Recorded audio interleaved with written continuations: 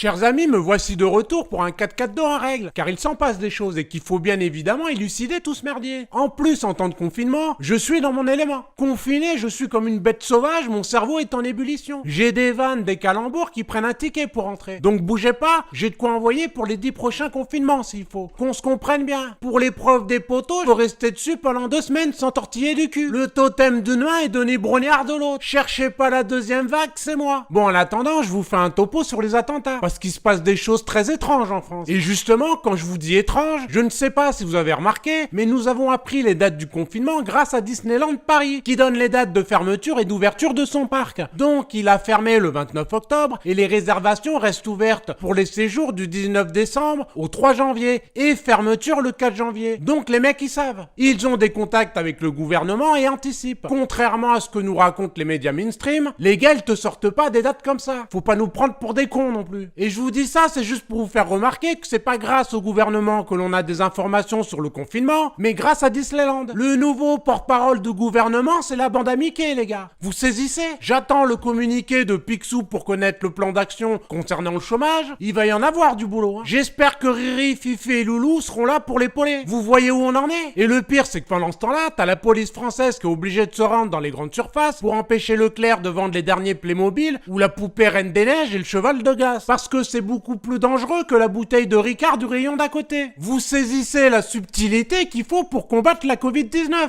À un rayon près, c'est niqué quand même. Par contre, tu peux commander sur Amazon et ajouter des zéros au milliardaire Bezos. D'ailleurs, niveau conneries, on en tient un qui surpasse ses camarades. C'est l'ancien directeur général de la santé, William Dab, qui nous dit le plus simplement du monde qu'il faut que les enfants gardent le masque à la maison. Et même la journaliste est choquée, hein. Pourtant, c'est BFM TV. Donc, niveau soumission, normalement, elle est calée. Donc, elle lui demande comment ils vont faire pour manger à table. Forcément. La question paraît con, mais quand même. Et t'as l'autre William qui lui répond tranquillement qu'ils ne sont pas obligés de manger ensemble. J'ai montré la vidéo à Madame Marcel, elle s'y est repris à 3 fois avant d'accepter qu'il ait vraiment dit cette connerie. Ah, elle la mauvaise. Elle m'a sorti un déferlement de noms d'oiseaux dont elle a le secret. Et je me garderai bien d'étaler ici le contenu. Fort divertifiant en demeurant. Mais si William passe à côté de Madame Marcel, je conseille plutôt 4 voire 5 mètres de distance. Bras le long du corps et pas de gestes brusques. Qu'on se comprenne bien. Je vous dis, on est obligé de se marrer, hein. Sinon on pleure, hein. Avec ma femme, on fait de la calembour toute la journée. C'est Avatar à la maison. La situation est tellement illogique, mensongère, absurde, forcément il y a un univers de conneries à raconter. Là franchement, ce terrain de jeu,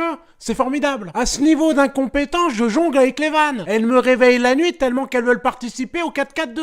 Avec toute cette histoire de Covid, même le CNRS se pose la question de l'origine du SRAS-CoV-2. Le journal se demande s'il est sorti d'un laboratoire. La réponse du virologue Étienne de Crowley, on ne peut pas éliminer cette hypothèse dans la mesure où le SARS-CoV qui a émergé en 2003 est sorti au moins 4 fois de laboratoire lors d'expérimentations. Par ailleurs, il faut savoir que le coronavirus était largement étudié dans les laboratoires proches de la zone d'émergence du SARS-CoV-2. Donc même le journal du CNRS se pose la question de savoir si on est là à cause d'un pangolin qui a enculé une chauve-souris. Est-ce que la partouze a vraiment lieu? Bon allez, on passe aux attentats, sinon ça va devenir dégueulasse. Je vais vous faire une datation de tous les attentats, vous allez m'en dire des nouvelles. Faut savoir que les attentats en France, on connaît. Et à chaque fois, il y a 1000 questions qui restent en suspens. Bref, le premier attentat a eu lieu le lendemain de l'annonce des alertes rouges. Je sais pas si vous vous rappelez, mais les mecs avaient sorti la boîte de crayons de couleur et gribouillé la carte de France. Ça se faisait un peu au bonheur à la chance quand même. Quand j'ai vu que l'attentat s'est produit le lendemain de l'annonce, franchement, en tant que complotiste qui se respecte, je me suis dit, il y a anguille sous roche. Pour te situer le truc, là, moi, je suis devant ma téloche, le cul posé sur le sofa à côté de Madame Marcel, qui me regarde du coin de l'œil. Elle, tout de suite, elle sait que je passe en mode complotiste. Après presque 20 piges avec Bibi, tu penses bien que la tulipe, elle le connaît, son bonhomme. Elle me dit, calme-toi Marcel, monte pas au grenier maintenant, attends de voir si c'est pas du pur hasard. Ne dis rien, sinon tu vas passer pour un complotiste de base. Pas faux. Du coup, je prends sur moi, j'attends patiemment, je guette ma proie, je scrute, je fouine, j'emmagasine les informations. Mon 4K2 est en gestation, les amis. Je te cache pas que j'ai envie d'en découdre. Et v'là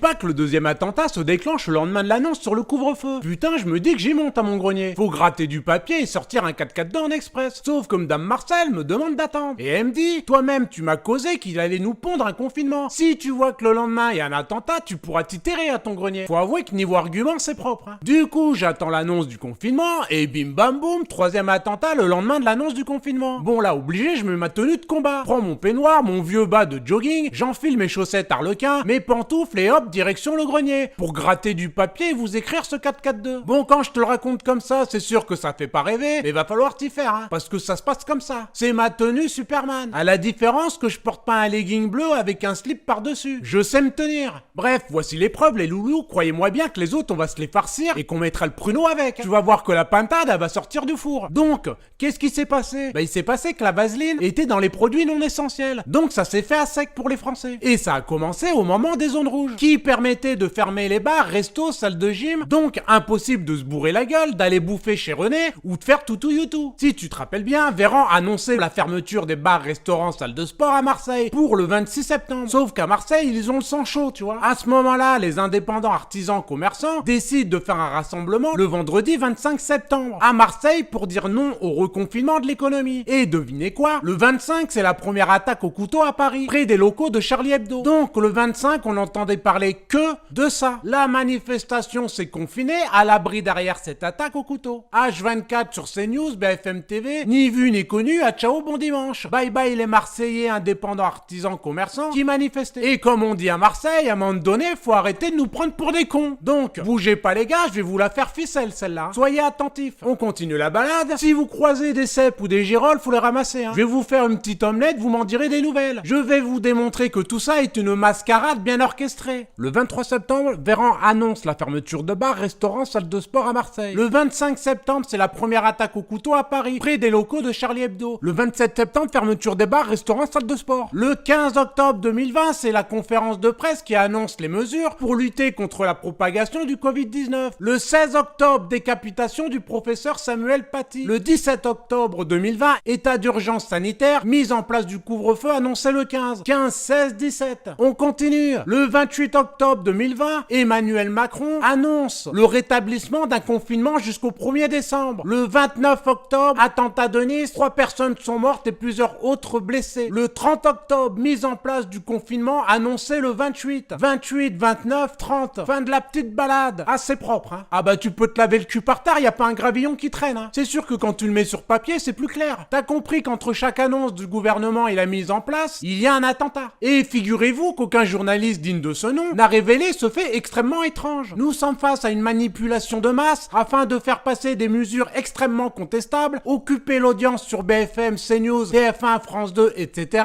via ces attentats sous faux drapeau afin de faire taire ceux qui crient leur colère concernant les mesures absurdes du gouvernement. Et ajoutant à ça une stigmatisation de l'ensemble des musulmans sans distinction. Nous voyons maintenant que le système a signé un accord avec l'État profond, le terrorisme au service du Covid-19. Moi, je voudrais détourner l'attention et habiller la scène de crime que je m'y prendrais pas autrement. Mais j'ai cette impression qu'aujourd'hui, il n'y a plus besoin d'habiller une scène de crime, puisque nous avons sur notre territoire un gros paquet de fichiers S prêts à passer à l'action. Donc pourquoi se faire chier? Il suffit maintenant de faire de l'accompagnement. C'est ce que laisse entendre Jean-Pierre Chevènement face à Zemmour. Il dit textuellement, on voit qu'il y a des signalements qui permettent de combattre au quotidien un certain nombre de faits, comme la vocation de la décapitation de tel ou tel professeur. Chevènement sous-entend que les services de renseignement savent. Et juste pour info, il faut savoir que les renseignements jugeaient la situation apaisée, malgré les pressions d'un prédicateur fiché pour radicalisation. Le collège avait reçu de nombreux appels menaçants, et 4 jours après, le pauvre homme Samuel Paty, 47 ans, enseignant en histoire-géographie, est décapité. Donc c'est vrai que niveau apaisement, on n'y est pas totalement, hein. Il y a de la marge encore. Forcément, quand tu vois ça, le mec se fait couper la tête quand même, hein. L'émotion ne laisse plus place à la réflexion. Zemmour fait des records d'audience et plus personne ne peut blairer les musulmans, qui sont amalgamés sur tous les plateaux sans pouvoir se descendre puisqu'ils ne sont pas invités à le faire. Donc une haine se déverse en continu et tout le monde a oublié que les artisans commerçants indépendants étaient en train de crever. Même moi, quand j'écris ce 4x4-2, je me dis que c'est bien foutu leur truc, hein. C'est propre, hein. Que Charlie Hebdo fasse ses dessins, ça me pose aucun problème. Mais en quoi montrer le cul, la bite et les couilles du prophète des musulmans à des enfants de 13-14 ans va aider à la liberté d'expression? Je rappelle que l'on demande à des professeurs d'histoire géo de montrer la teub et les couilles pendues à des enfants, sous prétexte de liberté d'expression. Et que c'est validé par l'éducation nationale. Alors qu'on se comprenne bien, c'est quoi le projet? C'est de nous monter les uns contre les autres. C'est toujours la même chose, les gars. De diviser pour régner. Et ça fonctionne à chaque fois. Donc, au lieu de s'allier entre Français contre l'État profond,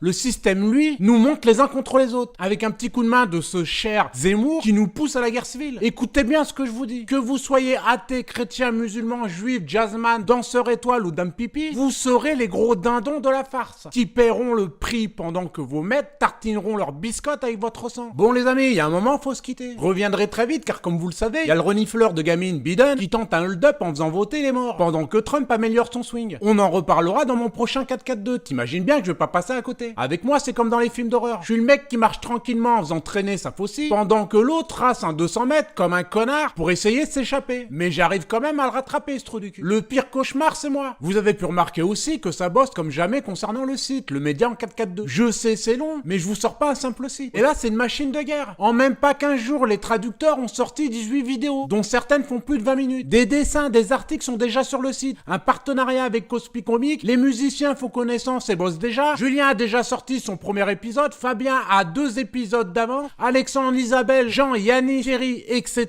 Tout est dans les cartons. C'est réunion sur réunion en ce moment. D'ailleurs, si vous voulez nous aider, n'hésitez pas à rejoindre notre équipe. Ce site, c'est celui du peuple. Il n'y a pas d'intermédiaire ici. On parle entre nous. Donc si tu es monteur, musicien, traducteur, dessinateur, rédacteur, rejoins-nous. Il y a une telle ambiance dans l'équipe qu'on en oublierait presque qu'on est confiné. L'action, l'entraide et rencontrer des gens qui pensent comme vous, ça donne une force inimaginable. Vous n'avez pas idée. 1000 fois merci à toute l'équipe du 4-4-2, à vous tous qui me suivez. Si vous voulez me soutenir, vous pouvez le faire sur mon Tipeee en lien sous la vidéo. Et surtout, gardez la pêche, unissons-nous et demain on gagne. Je vous le garantis. À ciao les gars.